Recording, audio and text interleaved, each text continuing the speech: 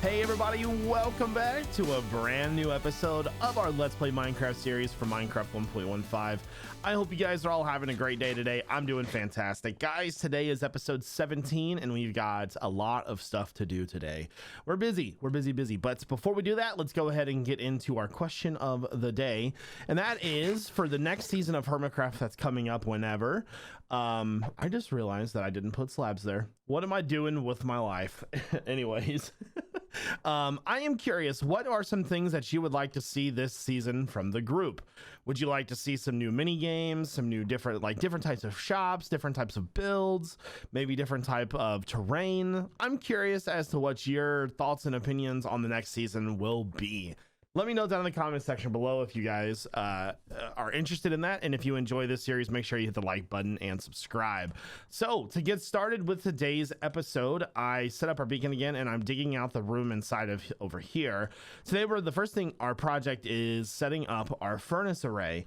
We're probably going to do a 64 furnace array and it's going to be super fast and amazing, but I want the room to be very basic, and this is going to be on purpose because you're going to think like, oh, this is just a room that has like a chest in it.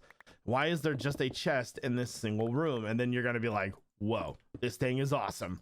But the first thing we have got to do is we got to kind of decide on what the size and the look of the room is going to be. So that's what we're doing right now. There we go. So the kelp farm that we built is, I don't know, I feel like the kelp farm is not going to be enough fuel for this. So I need your opinions on what I should do to try and make just maybe a little bit more fuel or something like that. I was thinking maybe a charcoal farm with like the big tall spruce trees could definitely work, but I don't know. On a side note, guys, make sure that you hit up my social medias, Facebook, Twitter, all that stuff. You can find the links in the description. I'm about to start posting videos for Facebook soon, and if you're interested in those will be like tutorial series videos where I do, you know, like redstone and teach you guys how to find more diamonds than you're finding at the moment and all of that fun stuff. All right, so for this room, I'm thinking it shouldn't have to, I mean, it can definitely follow the design that we have, but I think that it should be just literally something like this. Like you walk in, there's a chest, and like I said, I want to keep it real simple on the fact that like you're going to be blown away by the speed of how fast this thing smelts. So let's think, right? We could probably put a wall right here because I do want to keep the arch look. I really like that. So there would be an arch coming over like this, and then we'll probably have a chest right here and a chest right here. And then behind the scenes, I hope there's enough room back here. I think we're probably good. I know there was like outside right there, so I was a little nervous. So I'll dig this out, but I've got to dig out a pretty good sized room here. The furnace array is going to be a very simple build, but I will do that on camera. So let me go ahead and get the rest of this dug out, and we will start working on the redstone for that.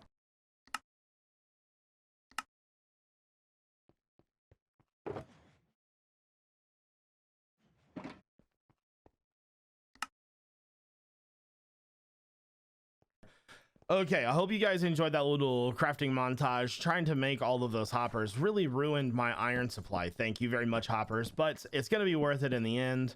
So to get started, I've kind of decided where I want to put things. We have this chest, which will be our input chest where we put all of the items. And we're going to have the output chest be right here, which means that if we're going to try to keep things super simple, we need the hopper outputs to go on that level. So with that being said, I've made 64 furnaces, and I'm probably going to get started about right here. So we're going to kind of work backwards. We're just going to do the basic redstone stuff. So put this right here. Actually, that would even need to go up a block. I don't really know if I want to put it up a block or not. I could just use some sort of auto clicker to put the items into the hopper. That wouldn't be too big of a deal. All right, so the reason why I want to put that right there is because I only plan on using one hopper as an output. So that puts a hopper on top, and then that puts a powered rail on top of that. So let me go up and top and do that. So one thing that I have learned from doing these arrays in the past is that no matter what you do, You always need a run up. You need at least 1 or 2 blocks for the cart to get speed, so everything is distributed evenly. So that's what we're gonna do here. Put that right there. 2 blocks would probably be okay. So put this right there. Actually, let me go back 1 more block. Sorry. So go like right here instead. And then we'll have our initial cart there.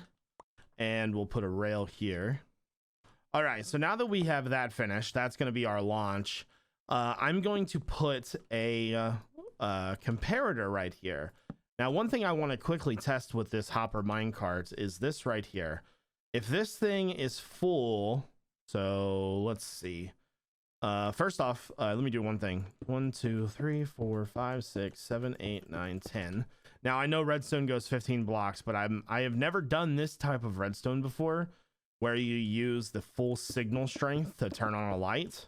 So what we're going to do is just quickly test this to see how this works. So you can't actually compare the hoppers then? Huh, I really thought that you would be able to compare that. Maybe it needs to be up a block. Interesting. I'll try it up a block real fast, but I really thought that that would work. That just kind of bamboozled my plans.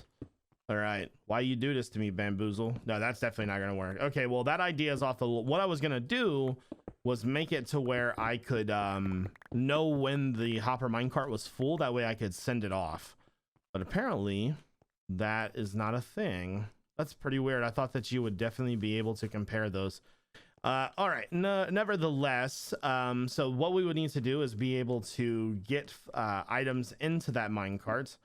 And remove a few blocks here. If you're wondering why this is all goofy looking, it's because that's outside right above that a few blocks. I try to be pretty careful about that kind of stuff. Can't decide if I'm going to use a water elevator or not. We'll see what happens. So to get the items to go in there, we'll just run a hopper system to that. If I do decide to do a water elevator, I'll put it in right here, but for the most part I might just use a clicker. Seems like that would be the easiest thing to do. So something like that, right? So we would have the items just come this way, go up, and then go in. And then, man, there's got to be a way to know what items are in that minecart. I can't believe you cannot compare that. That's really, really weird. I wonder if you can make it by doing it the on-off way. I don't know. I don't really know what that one does. I've never used that before. Can I do it now? So that doesn't have a signal, but can I put items in there still? No, it's still not giving off a signal. I'm gonna have to look that up because I really want to use that. I want to take advantage of that. Okay, so now that you kind of have a basic idea, the furnaces will run in layers of 16 down and around, and the final output will be about right here.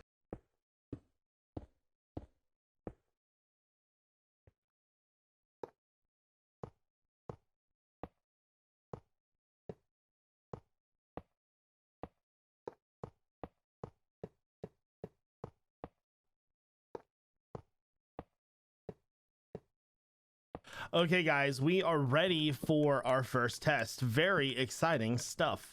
So right now I've got the items clicking in there, and I am gonna change those redstone circuits because my goodness, this clock is old school slow. It's almost done though. Let me check this. Okay, so we've got 2 different lines of redstone here. This one that is running underground goes to the hopper clock, which I'll probably pull out. And then the other one runs to the minecart, which will activate it. So the minecart is okay, so it's pretty much full. This should be empty. Okay, well, we can turn that off now. So that is the back one right there. Okay, then turn the clock on, or the cart on. So the cart, how many is going in? Pretty much 1 in each. Okay, so we'll let that run. So technically speaking, it should have to do 5 passes to make a full... Well, some of them have 2 in them. Okay. Well, regardless, I'm kind of curious. I'm gonna have to try to catch it when it comes around. I want to see what's in the inventory. So 2.5 stacks. Okay. Okay, we're already starting to get... So we had 5 stacks total. So it's been what, about 20 seconds, and we're already almost to a full stack. Wow, this thing is working really good. For my first try, I'm pretty proud of this right now. I'm not gonna lie to you. All right, so we'll catch it one more time just to see if it's empty. Oh crap, try it again. It's probably empty, so we'll turn off the yeah, we'll turn this off real fast. There we go. So that will stop when it goes back around. And these are going strong, and they're already pretty much all empty. So there's already almost 2 stacks of blocks in there. And where is all the blocks? Are they already done smelting? Because I don't see any in any of the furnaces. We had 5 stacks total.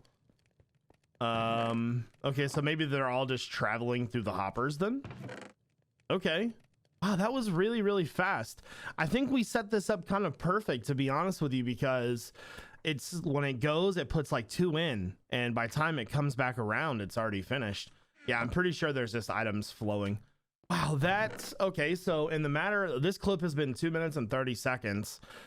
In 2 minutes and 30 seconds, we have smelted almost 5 stacks, and total output to the chest will be about 3 minutes total, I think, because the hoppers are slow. I don't think there's really any way around not using hoppers, unfortunately, but I think there could be some improvement in the way that we drop the items off into that. But for, you know, for about 2 minutes and 30 seconds of total time, we've got over 4.5 stacks, or about 5 stacks total of smelted stone really, really quickly. I am very, very pleased with this. For my first go, I'm pretty proud of this thing. Oh my god, I didn't think it was gonna work that well the first try. Oh my goodness. All right, so total time recording on the clip is 3 minutes and 18 seconds, and we took about 30 to 45 seconds to explain what was going on. So about 2 minutes 30 seconds for 5 stacks of smelted stone. That's like pretty good. What, 2 minutes and 30 seconds? So that's about a stack every 30 seconds or so, maybe a little bit less. All right, guys, we are over back in the desert when we very first started this series. Now, I am over here because I need to get one of these guys. And you're probably wondering, Jevin, why is the lines on? You'll see in just a second. So first thing we got to do is we got to get this guy in a boat. So, sir, please enter the boat. There we go. So one thing that I want to make in this world is I want to test out a new raid farm idea that I have. And the idea, rather than putting the raid farm on land, I'm going to put it on water. And that's why the chunks are on, because I needed to see where the chunk boundaries were. So I'm pretty sure if we go out forward here, I just spent a ton of time making a perimeter. I still need to fill most of the blocks in, but we're going to get the villager over here and set up, because that's pretty much the hardest part. I'll turn these lines off in just a second if I can remember what keys are. So I think we're gonna have to go around to the other side, but this perimeter over here is a 3x3 chunk base. Now when you do a raid farm, they have that opportunity to spawn. Oh, loud noises outside, I apologize. There's like a trash truck driving by as I'm recording. Trash truck be damned. All right, we're back. So we need to find the center of this area, which I think I've got it marked out. Let's take a look from the sky. It'll be much easier to tell. Yeah, so we're gonna make a villager pin, let's say probably about 4 blocks off the ground. This will be made of glass, of course. I use my smelter for this, by the way, and I'm pretty excited about that. I'm not gonna lie to you. Dude, trash truck, give it a break, bud. Give it a break. All right, I hope they're not doing construction outside, because that would really suck. But I don't know, the trash truck comes in the morning. I don't know. Okay, it might be gone. Nope, not gone. Oh my god, I cannot wait. Like, I love living in the place that I live in, but the noise outside is ridiculous. It's redonkulous. All right, so to get the villager up into the pin, I should have just wasted that glass. I'm good at this game. All right, there we go. All right, so the first thing we got to do is we got to put his bed down, so he'll mark this as his little abode. Then we'll get his composter down, so he should be a farmer villager in just a second. I probably won't actually pick the profession up just yet. All right, so let's get him out of this guy. There we go. Get on land, my good friend. Ring the bell, and he should see that as a house and go up there. Where are you going, dum-dum? Okay, fine. See if we can get him in there. I don't know what he's doing. I don't know if he can't notice that or what. Move my shocker. Are you, you know, gonna go up into the water there? No? Okay, cool. Good talk. There we go. Fantastic. So he should go up and try to sleep. And in which case I'll be like, haha, gotcha. Just like that. There we go. Fantastic. So now that is taken care of, getting the rest of this all set up should not be that hard at all. The main part of this is I'm gonna have to fill all these blocks in, but I have an idea for how I want to set this farm up a little bit differently than I normally would. So when the villagers fall over, or when they come over, they're gonna go into the pit here, which will be a 2x2 pit. But what I'm gonna do, this will be down a few blocks. I'll have to use my sponge to get rid of that. I'm gonna put like a block of lava, that way when the ravagers fall in, they won't they won't be able to fall. Hopefully they'll just die from the lava. So all right guys, I have been super busy. I've got the area lit up very, very well. I've also got the entire platform filled in. So now we're going to go ahead and try to make the rest of this. So we have got a 4x4 box right here. So what I've done is I have made some signs. We'll put a sign here and a sign here. So what we need to do now is we need to try to set this up to where when the ravagers jump in here, they will get hit by lava.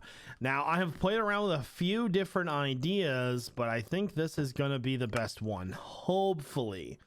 I was going to use fence gates, but they burn, which didn't work out too well. Okay, so I have this stacked up 2x2, and the ravager's height is about 2.2 blocks tall, meaning if they walk into this, they will catch on fire. So what we need to do now is we need to make a frame around this that will hold the lava, right? So there we go. This is just the bottom side, and I know it looks a little bizarre, but this is the best way that I could think to do it. If you guys have another idea, feel free to let me know. Get some glass here. Totally forgot that I'm almost completely out of blocks. I used almost all of the stone brick that I brought with me to make the boundaries. So break that and move it to the other side. All right, put this up here. So this platform will hold the lava quite nicely, actually. There we go. I don't think I'll be able to get the other side done. Let me go ahead and just finish these up. Then we'll be able to test it out. Now, I don't know if I'm actually going to test it out today or not, because I kind of want to build the bottom platform. But at the same time, I'm pretty sure this will be able to work. The only problem that we may have is that, as you can see, the signs are sitting right there. So if you know what? I have to remove these, but I'll show you anyways, and I'll just rebuild it off camera. It's fine. There we go. So there. Do those go in the right spots? Yeah, that went in the right spot. So now we have a transparent way to hold the lava in that flows to all the corners, and if I walk in here, I don't get hit. And that's because the player block is too tall. But if a mob that's above too tall, Enderman, Wither Skeleton, for example, any of those mobs walk in there, they're gonna get hit by the lava. Now if you guys have any better ideas for that, let me know. We'll obviously have water in the corners, just like so. Then we'll have to put the signs along the edge, or the trapdoors along the edge. But I think this thing is pretty much done. Okay, put that right there. So something like that, I believe. Now, what I was thinking about doing, I don't think there is going to be a way. I'll probably have to redo that entire sign structure. I didn't even think about that, but we'll have a drop down for the rest of the mobs. But this should work pretty well, I think. I don't know. Let me know what you guys think. I think it should work. But this raid farm is pretty much complete. It's a very, very simple build. Anyways, let's go to move on. All right, guys, I'm just kind of chilling out. I think we're probably going to go ahead and end the video here. I like this spot. It's kind of cozy. Anyways, I hope you guys enjoyed today's video. If you did, make sure you hit the like button and subscribe. This is iJevin. Peace out, everybody.